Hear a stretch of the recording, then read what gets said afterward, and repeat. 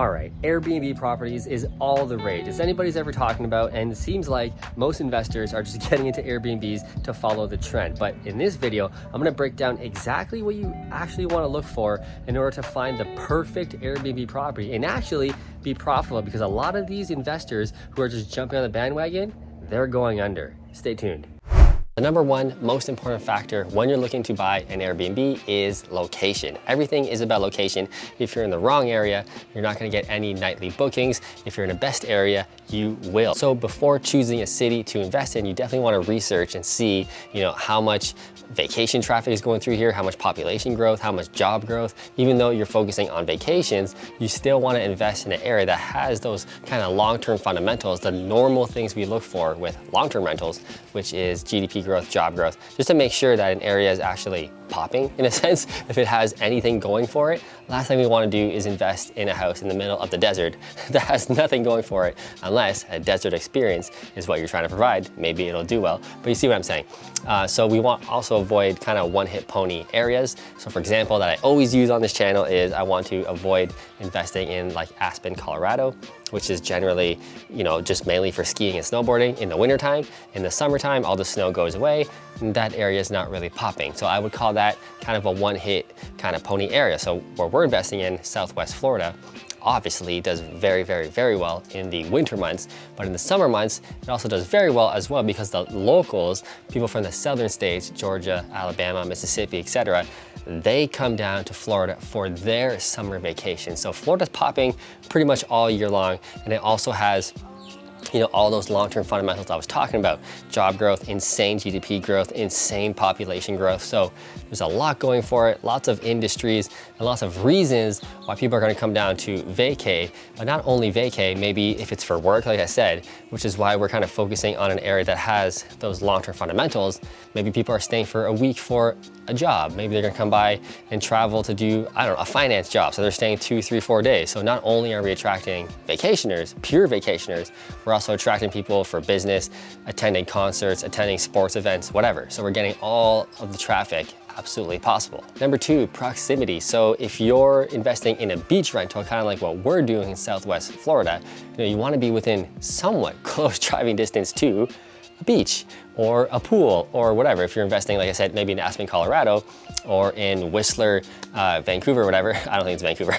I should know this. I'm Canadian. Whistler, British Columbia. You want to be within driving distance of the ski hills. So basically, whatever niche that you're in, you want to be within somewhat close proximity to really jack up that attraction and the nightly rate. If I'm investing in Miami downtown, and my main clientele is going to be business people, maybe I want to be buying in Brickell, somewhere in the financial district of that city. Or if I'm investing in New York, I'm investing in the financial district, Wall Street area. You get what I'm saying?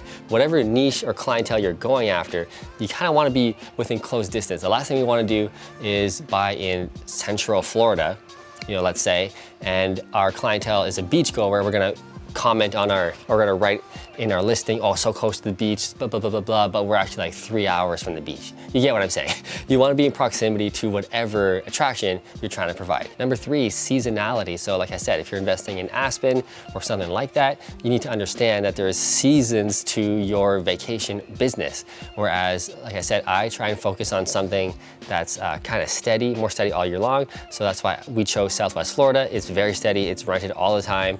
We're expanding to Texas, expanding to the Houston area, Dallas, Austin area, which is more business. So if we buy more Airbnb specifically out there, they're going to be geared more towards business people, or New York, like I said. So just understand the seasons to your business and plan for that, and try and find a business model that really doesn't have seasons. That's obviously the best. Number three, the number of guests. So understand that the more guests you can fit in your house, obviously, the more amount of money you're going to get. So what we typically look for, ideally, is a 4-bedroom house, especially for these Florida beach houses.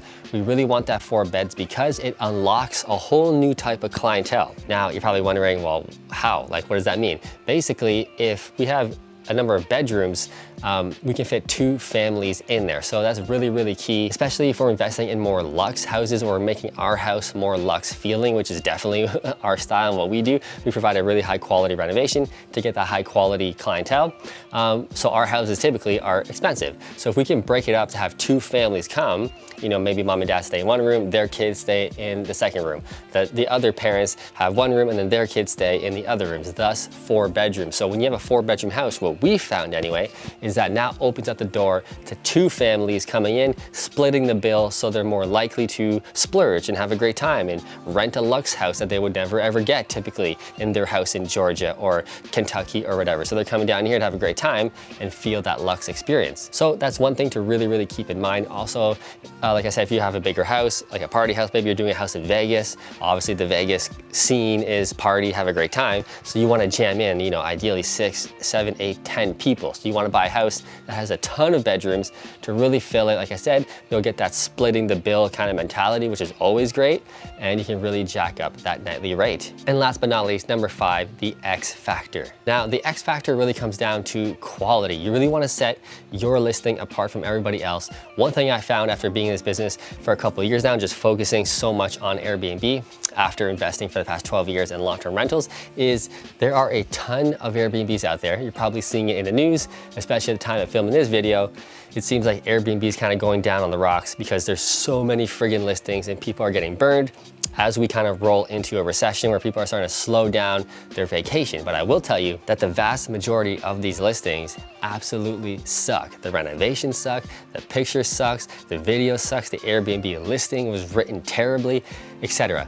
Especially here, it's even more apparent in Florida because people are so spoiled here because they know, hey, I'm in Florida, it's sunny in the winter, everybody wants to come down here. You know, this place is gonna get rented no matter what, and it does. So investors here are spoiled in that mentality of, I don't have to renovate too much, I don't have to provide nice quality furniture, it's gonna get rented no matter what. So yeah, there's a crap ton of listings here in Florida, but 95% of them are terrible. They got grandma's couch, they have crappy tile flooring, the kitchen's like falling apart, the beds are disgusting. You see what I'm saying? And the Airbnb listing is just atrocious.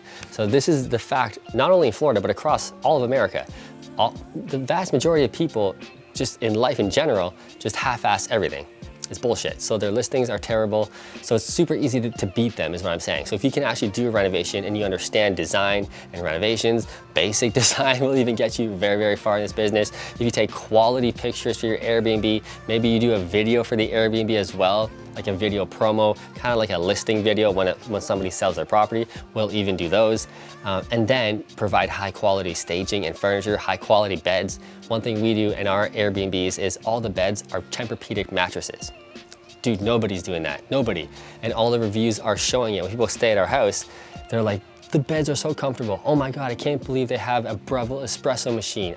Like, that's crazy. So the reviews are awesome. People are obviously realizing the quality and the luxury of the house, and those things is what's gonna set you apart from everybody else. Anyway, guys, that's the video. I hope you learned something. If you did, smash the like button. Also hit that subscribe button, and I'll see you in the next video.